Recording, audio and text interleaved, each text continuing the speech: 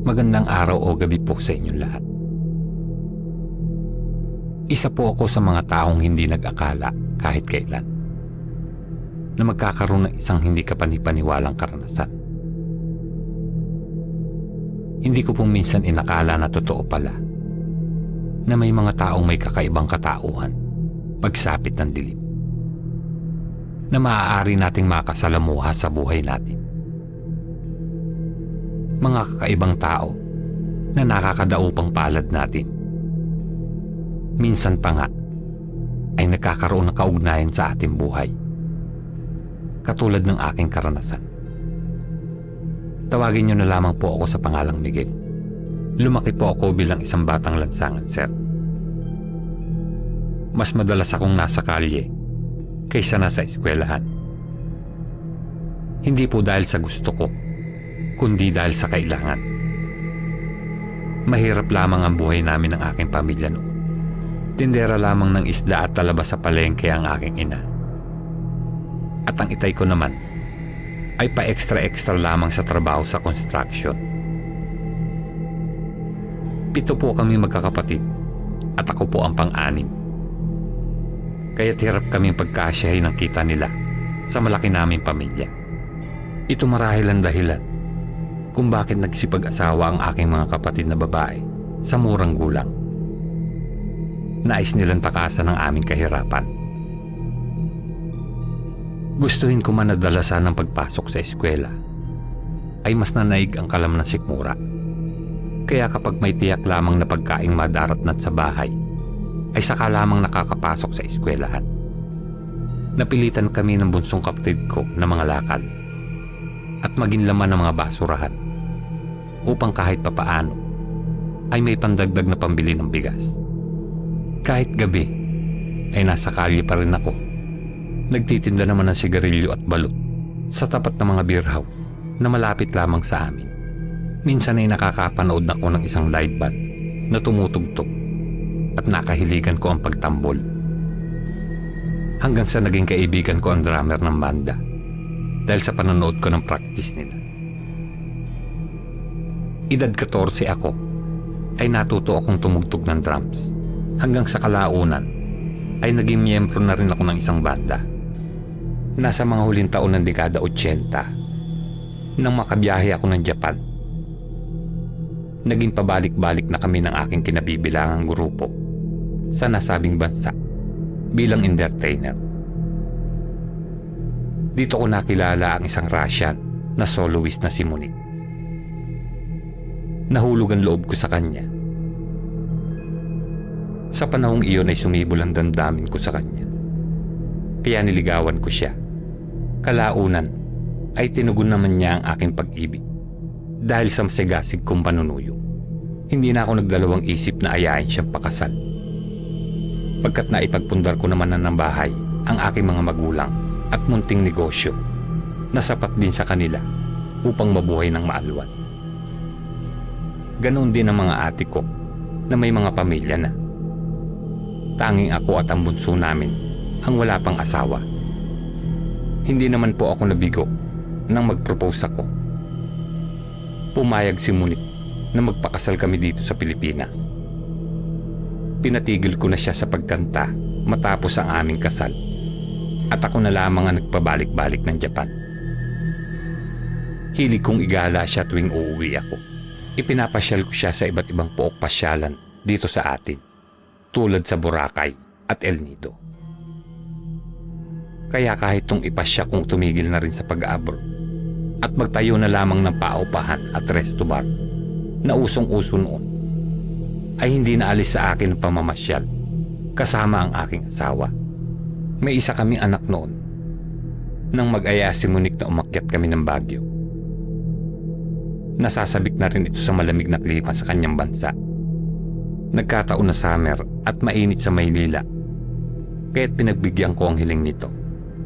Madaling araw pa lamang ay isa na ang aming sasakyan na bumabagtas sa kahabaan ng Cannon Road, paakyat sa malamig na lugar sa norte. Bago magtanghalian ay nakarating din kami sa aming destinasyon.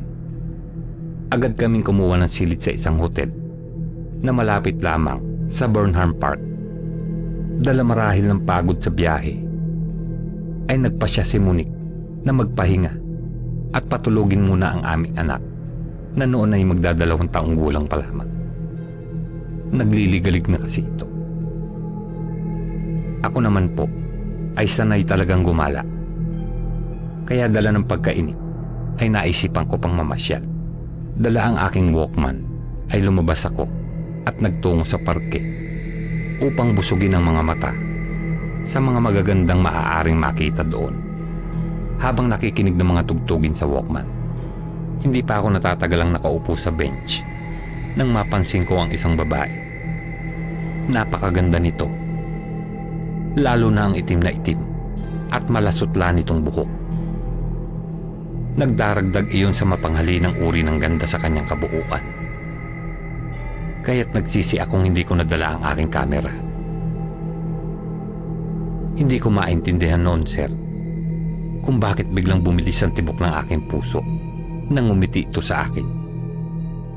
Parang may kung anong malakas na anyaya na hindi ko matanggihan ang mga mata nito. Lumapit ako at nagpakilala. Miss, turista ka rin ba rito o taga rito ka rin sa Baguio? Panimula ko. Nais kong huwag maging presko ang aking dating upang hindi mailang at matakot sa akin. Namamasya lang din ako, mister. Hindi ako taga rito. Kiminitong sagot sa kamuling ngumiti. Miguel na lang, miss. Miguel ang pangalan ko. Pagpapakilala ko. Natuwa ako sa naging tugon niya. Nagpakilala itong Lolita at taga-Apayao umano siya. Hindi ko alam kung paano lumipas ang oras. Sa sobrang aliw ko sa aming pag-uusap, pakiwari ko noon ay matagal na kaming magkakilala. Nais ko mang magtaka kung bakit tila ganon kabilis na nahuhulog ang loob ko kay Lolita. Ay hindi ko na lamang pinansin.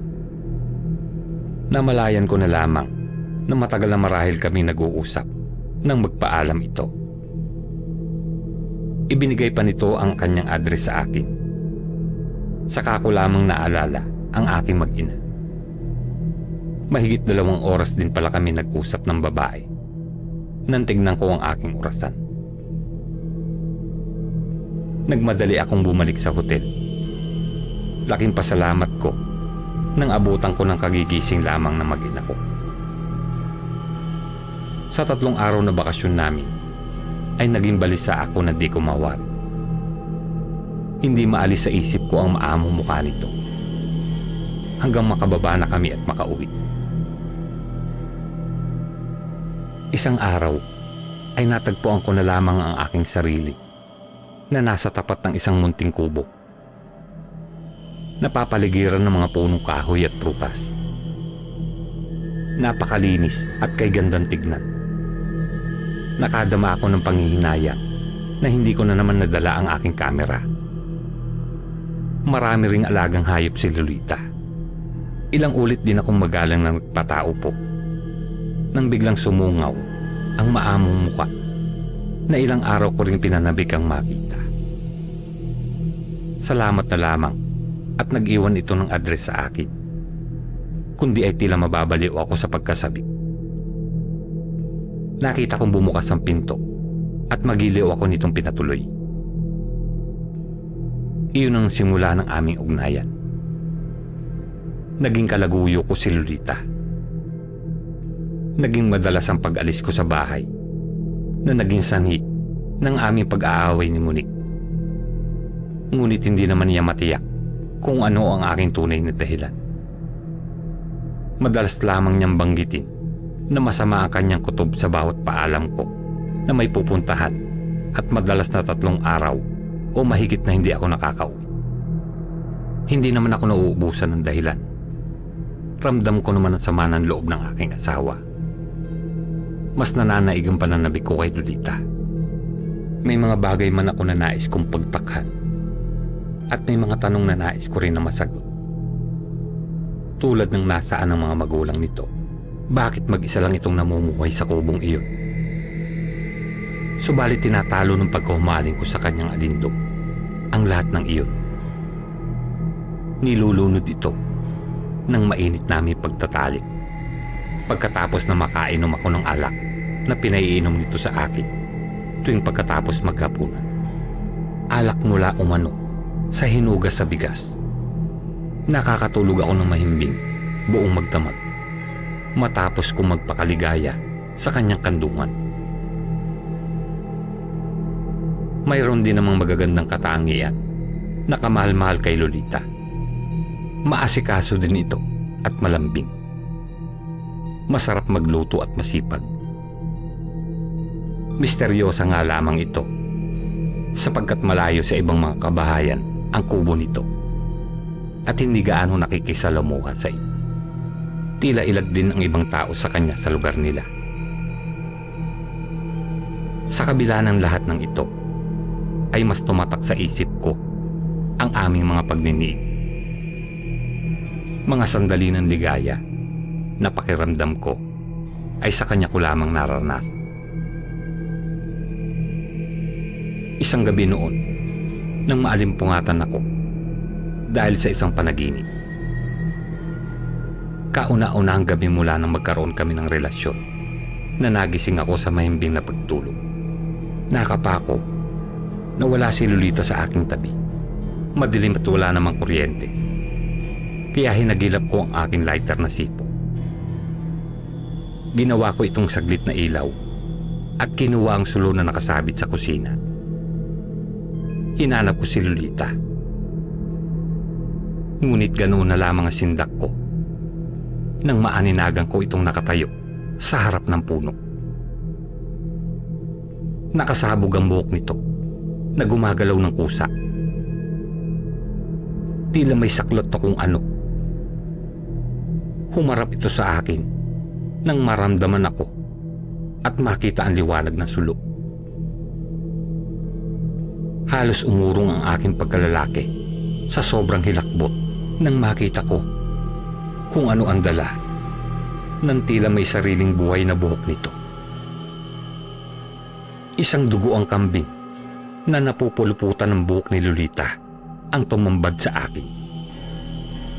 Ang bawat hibla ng kanyang buhok ay sumuot sa bibig, tainga, ilong at mata ng hayop. Halos manguluntoy na ang kambing na tila nauubusan na ng dugo. Napaatras ako. Hindi ko makuwang tumakbo. Waring may kung anong puwersa ang nagpako sa akin sa kinatatayuan ko.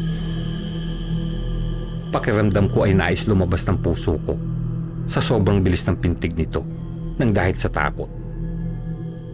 Tila nais tumakas ng kaluluwa ko sa aking katawan nang dahil sa sobrang sindak. Nanginginig ang mga kamay at tuhod ko na napatingin na lang sa kanya. Lahat ng pag-ibig at pagnanasa na nararamdaman ko kay Lolita ay kataktakang biglang naglaho at sukat dahil sa aking nakita. Nawala ang maamong ganda nito. Ang nakita ko ay isang babaeng may mapupula at mabalasik na mata. Nangingintab din ang muka at braso nito. Tila nanlalagkit sa kung anong ipinahid. Hindi ko makuwang sumigaw sa nadaramang pagkabigla at takot. Nais bumaligtad ng sikmura ko nang sagpangin ni Lolita ang hayop sa leeg at wakwakin ng kuko ang tiyan nito. Ni hindi sumayad sa lupa ang mga lumuwang mga laman loob ng kambing. Agad iyong sinalo ng buhok nito at hayok na isinubo sa kanyang bibig na puno ng dugo at matutulis ng ngipin. Nagpakawala pa ito ng tunog na tila humahagok na aso. Sa isip ko ay nananalangin ako na sana ay makauwi pa rin ako sa aking pamilya. Ang tanawin na nakikita ko ay tila malamig na tubig na gumising sa aking diwa. Lumitaw mula sa kaibuturan ng aking puso ang totoong damdamin ko. Mahal ko ang aking mag-ina. Sa wakas ay nakakilos ako. Tinangka akong tumakbo nang makita ko na kumilos ang buhok ni Lolita papunta sa akin. Ngunit napatid ako ng isang kahoy na nakabalandra sa akin daraan. Sumubasub akong bumagsak sa lupa at tumilapo ng hawak kong sulok. Bumuhos ang gaas nito at gumapang sa nakasalansang panggatong na hindi ko pa naipasok matapos kong masibak. Nagrikit ito at nag-apoy. Biglang narinig ko na lamang na nagpakawala ng nakakarinding tunog ng matinis na ibon ang babaeng nais ko ng takasan. Tila takot na hindi ko malaman kung may halong galit. Waring ikinagalit o ikinatakot nito ang apoy na biglang lumaki sa ninang gaas na tumapon sa mga kahoy. Halos panawan ako ng lakas nang maramdaman ko na may tumusok sa likod ko. Bago ko narinig ang yabag ni Lolita papalayo. Hindik na hindik ako sa mga nagaganap. Pakiramdam ko ay nasa isang bangungot ako at hindi magising-gising. Damang-dama ko ang kirot at sugat na likha ng tusok sa aking likod. Tila pinaparalisa nito ang aking katawan. Ang hapdi ng gasgas sa aking tuhod dahil sa pagkakadapa. Ang sakit ng pasa sa aking muka na dulot ng kahoy na kinasubsuban ko. Pinilit ko na lamang na gumapang palapit sa apoy na sa pakiwari ko ay tangi kong kaligtasan ng mga sandaling iyon. Tila takot doon si Lolita. Hanggang doon na ako tuluyang nilagom ng karimlan. Nang muli kong idilat ang aking mga mata, ay mukha ni Lolita ang una kong nakita. Nakatunghay ito sa akin. Bigla ang salakay ng kilabot sa buong katauhan ko nang maalala ko ang naganap kagabi. Minahon ka, Miguel. Malambing ni tunturan upang ako'y payapain. Alam ko ang totoo, ang nakita ko kagabi. Sa wakas ay nasabi ko ng mahami ko ang aking sarili. Napayo ko lamang ito at saglit na natahimik. Baka sa lungkot sa tinig nito. Inamin nito ang lahat sa akin na isa siyang aswang. Aswang na kubot. Sinabi rin niya ang mga lakas at kahinaan niya, na ang buhok ang pinagkukunan ng lakas at kapangyarihan niya. Inamin din niya na malakas na dingas ng apoy ang labis na kinatatakutan nilang mga kubot, lalo na kapag nasaan yung aswang sila. Isa rin sa kanilang kakayahan ang panghalina. Doon ko napagtanto na maaaring napailalim ako sa kanyang panghalina nung makilala ko siya sa Baguio. Hindi ko siya totoong mahal. Bagamat ramdam ko na totoong minahal niya ako, ay hindi ko na makapasa sarili ko ang dating nararamdaman ko para sa kanya. Pakiramdam ko ay niloko niya ako. Alam ko na hindi ka na babalik. Ngunit gusto kong malaman mo na marunong akong magmahal. At minahal kita ng totoo. Ani nito. Nakita kong pumatak ang mga luha nito. Gusto kong magalit sa iyo, Lolita. Dahil may asawa ako at anak. Ngunit isinailalim mo ko sa kakayahan mong manghalina. Sinisira mo ang pamilya ko. Sumbat ko sa kanya. Hindi na ako nadala ng kanyang pagluha. Noon din ay nakipaghiwalay ako sa kanya. Malungkot naman itong tumanaw sa akin nang sumakay ako sa aking kotse at pinasibad iyon ng palayo. Kung totoong mahal niya ako, ay hindi niya ako gagambalain pa. Pakakawalan niya ako ng tuluyan sa isip ko noon. Ngunit ganoon na lamang ang aking hinagpis. Nandatnang kung wala na sa bahay ang aking mag-ina. Lumayas na si Monique at nagbalik na sa bansa nito. Tangay ang aming anak. Sinundan ko ang aking mag-ina. Sinuyo ko ang aking asawa. Ngunit nagmatigas ito. tatanggapin lamang umano niya ako kung aaminin ko ang katotohanan. Kaya't sinabi ko sa kanya ang lahat. Nakita ko ang pagbalatay ng sakit sa kanyang mga mata.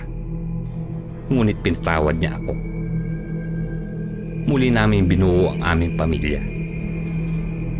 Ilang taon din muna kaming nanatili sa Russia. Umuwi ako ng Pilipinas nang pumanaw ang aking asawa sa edad na 62. Sa ngayon ay narito ako sa Pilipinas at namumuhay ng tahimik kasama ang aking isang pamangkin at apo sa anak ng kapatid kong bunso. Sa video call na lang kami nagkakausap at nagkakasama ng dalawang anak ko at mga apo. Tulad ni Monique na sa sariling bayan niya nais mahimlay, ako man ay dito sa ating bayan maghihintay ng aking kapahingahan. At ang karanasan ko noon sa kakaibang uri ng kalaguyok ay bahagi na lamang ng kahapon na hindi ko malilimutan. Hanggang dito na lamang po. Miguel.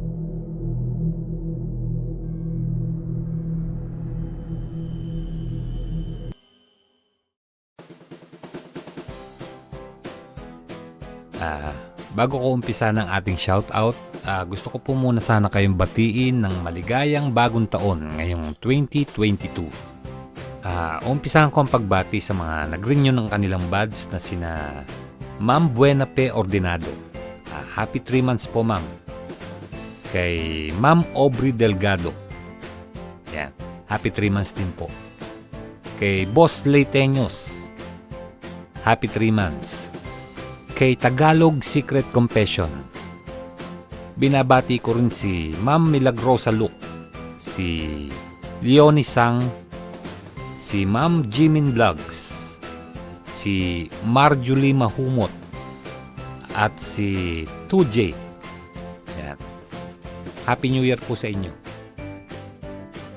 At madako naman po tayo sa mga nagpa-shoutout sa nakaraang video natin sa comment section. Pa-shoutout po sa aking mag-ama, JJ and Jeffrey Mendoza. Paborito po nila kayong pakinggan. Pagbati galing po kay Joy Ayade. Maraming salamat po, Ma'am Joy Ayade. Binabati po din natin ng maligayang kaarawan si Lola Trinidad Pasaporte Sosa. Nagdiwang siya ng ika-101 kaarawan noong January 1. Yan. Belated happy birthday po, Lola. Swerte ni Lola. Shoutout din kay Boss Red Rivera. Yan.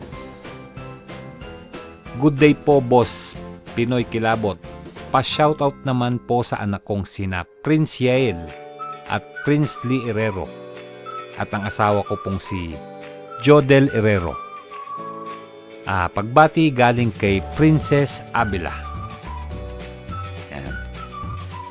Shoutout din kay Miss Minchin. Happy New Year po, ma'am. At binabati ko rin si Marlon Candelario. Yan, napakasipag mag-comment sa ating comment section. Si Ma'am Rhea Alfonso. Yan. Shoutout din kay Yuki Lesona. Kay Ma'am Teresita Aguilar. Batiin din natin si Ma'am Lourdes de Jesus. Kay Boss Ricky Gonzales. At sa ating kahombre na si Milanie Che Ramos. Yan. Sa ating napakasipag na admins na si Kat Belen. Yan.